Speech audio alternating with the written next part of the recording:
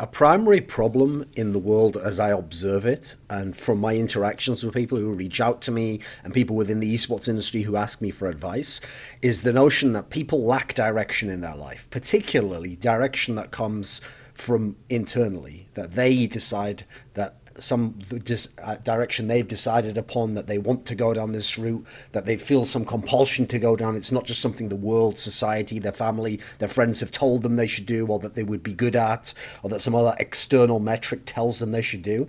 And so these people are looking for something that they can do, that they can become better at, can become good at, can gain some level of satisfaction from, and therefore often on some level they want to set their identity on the basis of that, or they feel like that's a vehicle to become what they want to become. And so this lack of that direction and feeling as though it has to be some grand direction that's going to change their whole life and take them to the future, to the person they want to be, this inability to find it seems to be one of the things that's so difficult for people. And yet I don't think it has to even be a grand direction. I don't think it has to be something where you have figured it out and you know what route you're going down. All people need to do is follow their curiosity. Everywhere they look around the world, they find something curious in, start looking at that, learn a little bit about it, find out some of the background on it, find some associated things. And when something piques your curiosity enough, then you find some technique that you can do so that you can take part. You can start participating. You can start mimicking what you see or trying to do something creatively. Once you've got something you can do, now you just need to apply yourself. Now you just need to do it a whole bunch. Now you need to start at the bottom. Now you need to find out how you get a little bit better. It's not about becoming the best. You don't even have to have that in your mind. It's just becoming a little bit better than you are now. And then in the process of doing this in multiple areas, find out what ends up sticking. What do you start to get pretty good at, and what remains interesting, and what gets more interesting, and what is fun to even fail at, but then see the possibility to get better and then get a tiny little bit better. And then eventually, 6 months down the line, see how far you've come from where you were 6 months ago. Find these things, and then you will find the direction of what your expression is going to be, what your art is going to be, what your discipline is going to be. And so there's a fantastic book that I've recommended so many times on this topic, because what's great about it is it's really short, it's very concise, it does a great job of using its own terminology, it really helps you think about the topic, and it's very memorable. And it's called The War of Art by Steven Pressfield. This is actually a book that I first heard about years ago, because early on the Joe Rogan Experience, I remember him referencing this book. And, I've checked out lots of books on the basis of podcasts and recommendations, all these sorts of things. But the key with this is, like I mentioned, this book is written in a really great fashion to be able to pick it up and put it down. Like, most of the chapters are a page long. And I'm not talking like a page, it's really thick. It's a small book, it's a thin book, and a page, sometimes a paragraph might be a chapter. And the point of these short little paragraphs is, you can read as much as you want, you can read as little as you want, you can pick it up, you can put it down. The terminology is so set, and it's so consistent and coherent and concise, that it's not a book that you have to read all in one sitting, though you definitely could. It might only be like 100 pages long, but it's a book where once the ideas get in there, it is something you can keep going to. It can be a touchstone, and the concept really has a lot of validity to it from my experience. Because what this book does is, it's about the notion. Now, it's set for artists, like writers, painters, whatever, but it pretty much applies to anything you want to get good at. Anything that you want to do, that you can do yourself in your house, or that you have easy access to on a regular weekly basis. It conceptualizes the creative process of doing something and getting better at something and actually getting work done every day. That's the concept. And so one of the key aspects is it identifies and uses this terminology of resistance. And essentially what they define resistance as is a force.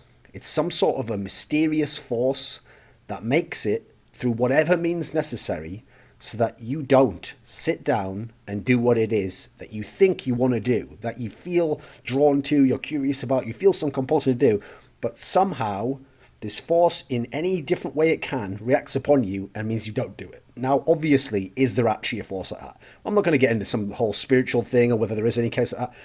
Probably not, right? But within your own mind is your own worst enemy in that sense, right? So what happens when you go to sit down and actually do this thing, start writing, start playing a bass guitar, but start doing whatever it is you want to do, and even if it's just something to check out, you feel that environmental resistance first of all, right? I'm a little bit tired at the moment, actually.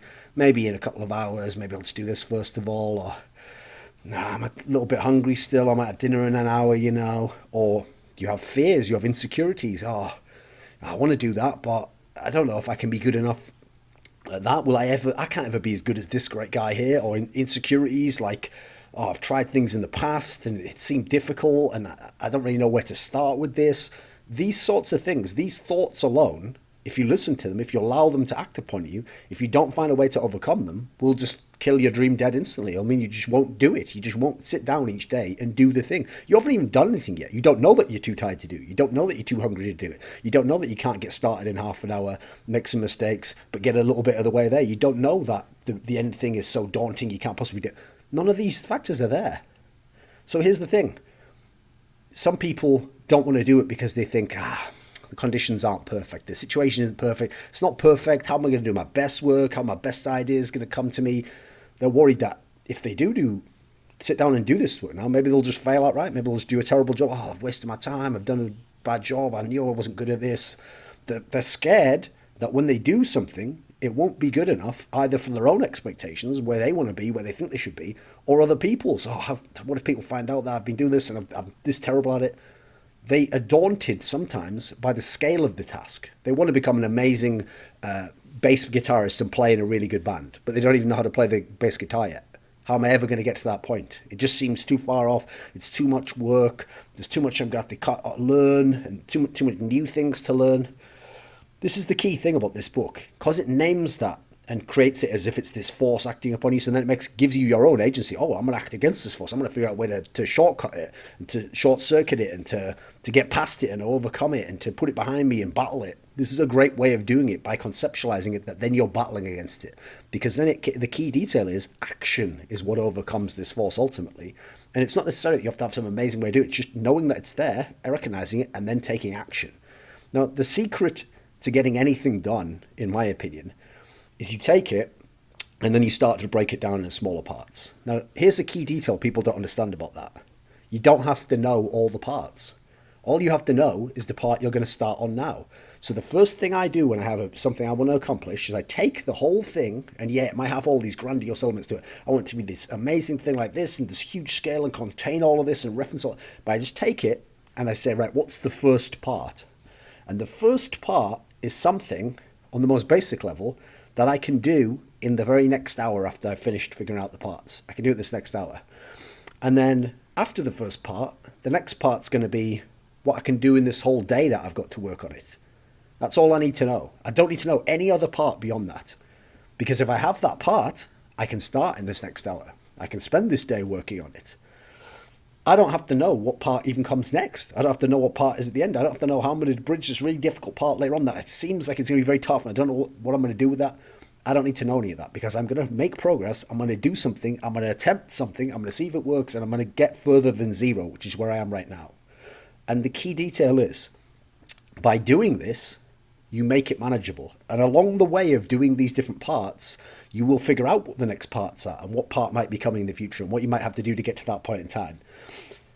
These will occur to you along the path and will become more clear. Maybe not instantly clear, but gradually it starts to get a little bit clear and you start to see roughly a way that you could get there. It's like walking somewhere. You can see something really far in the distance, but as you come closer, then it becomes more clear. And then you start, there's a bridge that goes on there. And, actually this bit's blocked off. I'll go on here.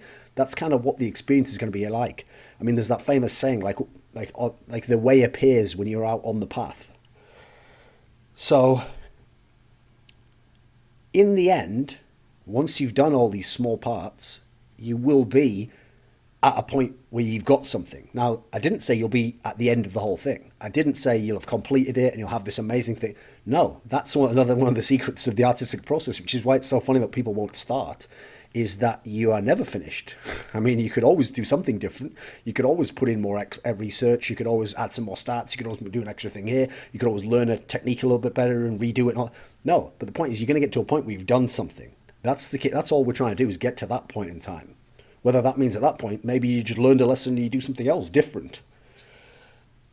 So the key detail is that feeling that it's impossible and how could you get to that point and it's too daunting doesn't actually go away, but you will succeed and you're doing something. I've had times where at the end of a project, I look at what I've got before me and I just think, how did I do that actually? Like, okay, yeah, I could break it all down again. Like I did this bit first, and I remember I got that part, and I think in doing that, I figured this part out later, which I changed around here and put there. But what's funny is I can't see the whole thing as like, oh, it was always going to go from here to here to here, and that was no. And at the end, it's actually amazing. Wow, I've got this somewhat complete thing, or I've got something of some real value beyond these tiny little pieces that I put together. Well, that's one of the key things. You don't have to worry about that daunting fear. We're finding a way to subvert that, to short circuit, to go around it and still end up with what we want to accomplish at the end. So, focusing on small parts will make up the whole in the future. I mean, a great example for me in my career was a long time ago, about a decade ago. I wrote these guides to Counter-Strike, and in these guides, they were going to be, like 200 pages long, and we're going to be full philosophy on how to play the game and all different aspects. And you just think to yourself when you sit down, that's going to be a lot of work. Like, how am I going to do all these parts? I don't even know how I'm going to phrase this part later, or what the structure would be. So that's what I did. I started out with a very simple skeleton structure. And then I started out doing these easy chapters. And then I started out thinking of some ideas from those easy chapters for how I'd write the next thing. And then I would talk to people and bounce the ideas off them, and I got what they thought. And then I built on it, and then I got that written there, and then I'd write something else. And later on I'd go back, maybe I'd rewrite that bit over here. And in the end, I had these guides that were complete. And they looked like professional books. But I couldn't remember sitting down doing a whole book. And even if it had been a whole month, it seemed like, that would take you, 6 months to do, and you have to do it. That's the point. It doesn't matter that overall aspect. So one of the great things about the War of Art is it really conceptualizes this for you.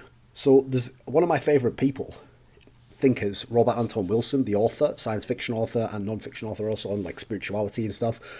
He had a great line where he said, because what he did was, you have all those things like Moore's law, etc. He made up his own laws just off the top of his head that were his sort of axioms for life. So he had one that was Moore's 23rd law, and it was do it every day. And his notion, by the way, wasn't necessarily optimistic. It was like, if you wanted to be anything, do it every day. If you want to be really depressed, make sure every day you focus on how shit life is and all the problems that you have in your life and all these issues that are going on over here and the fact that you can't get anywhere, and don't make any attempts to improve things because your life's so terrible and there's no way you can get out of it whatsoever, and you're in such pain that just only focus on that, and that will ensure that you remain depressed for a long time. If you want to do anything, that's the point. Make it a daily routine. Make it something you're focused on. Make it something that you think about. Make it something you're building on, something that you're working on in terms of what you do. Now, I don't care that already people are going to be like, depression's a clinical illness. We're not talking about that. That's not the point that I'm making here whatsoever. You've completely missed the point if you go into that, so I'm not going to address people like that.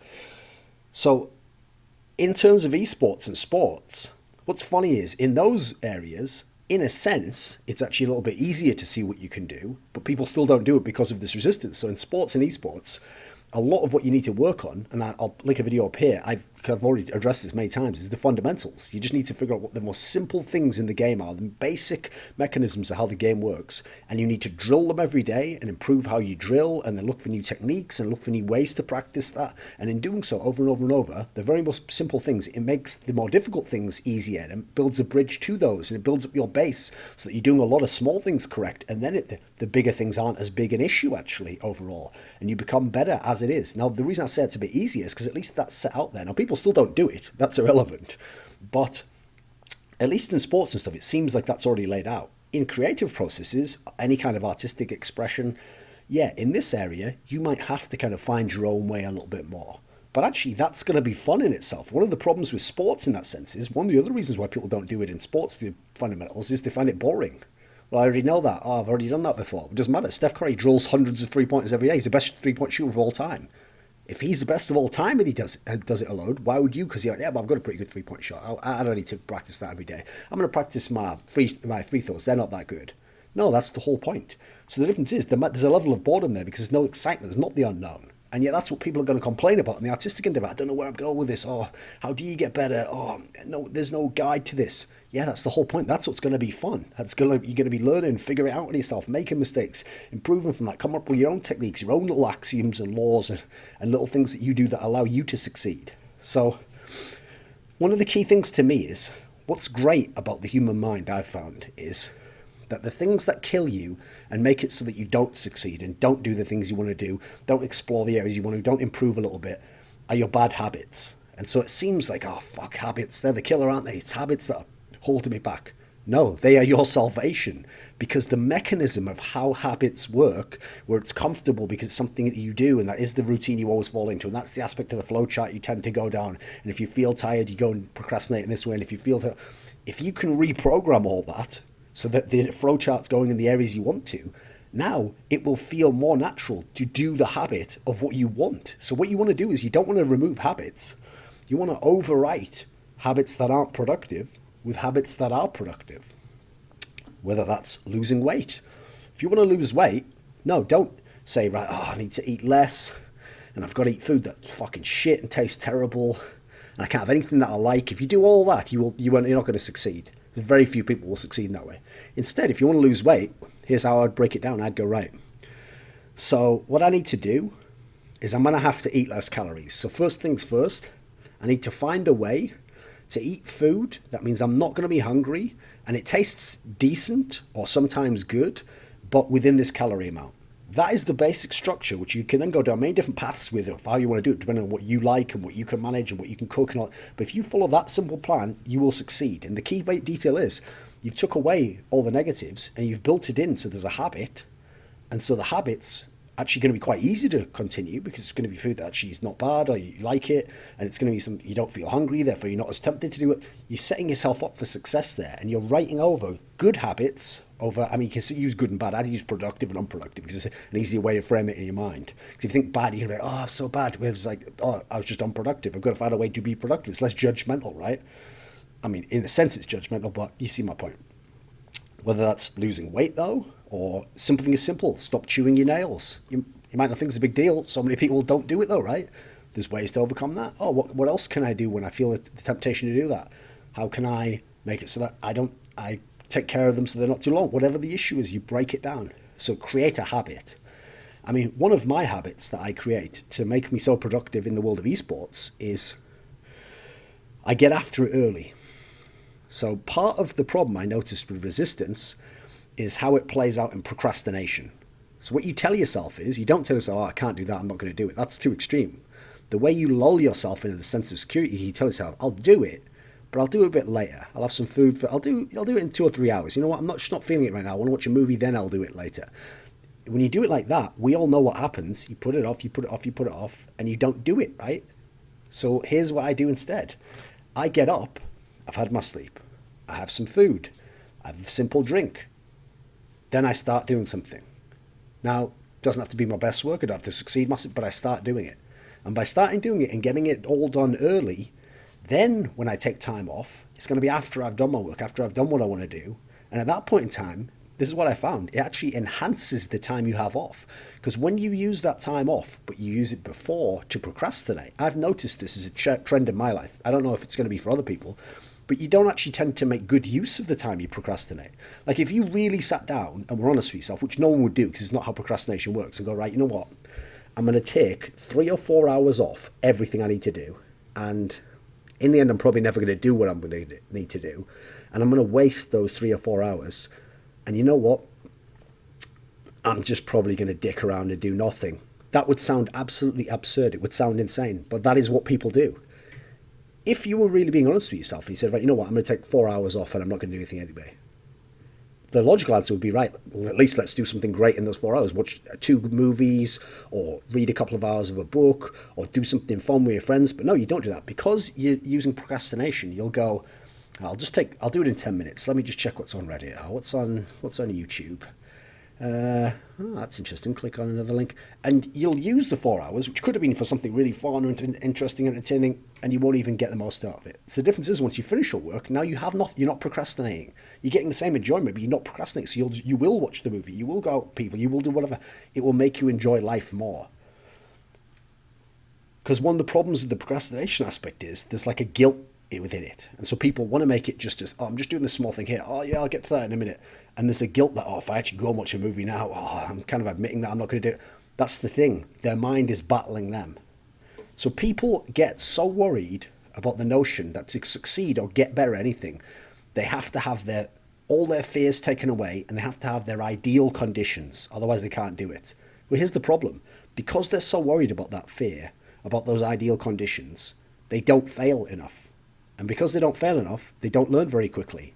Failing outright doing something and being bad at it and not knowing what you're doing and having to struggle to get any technique to apply is the quickest way to see what your big glaring flaws are and therefore what you need to improve.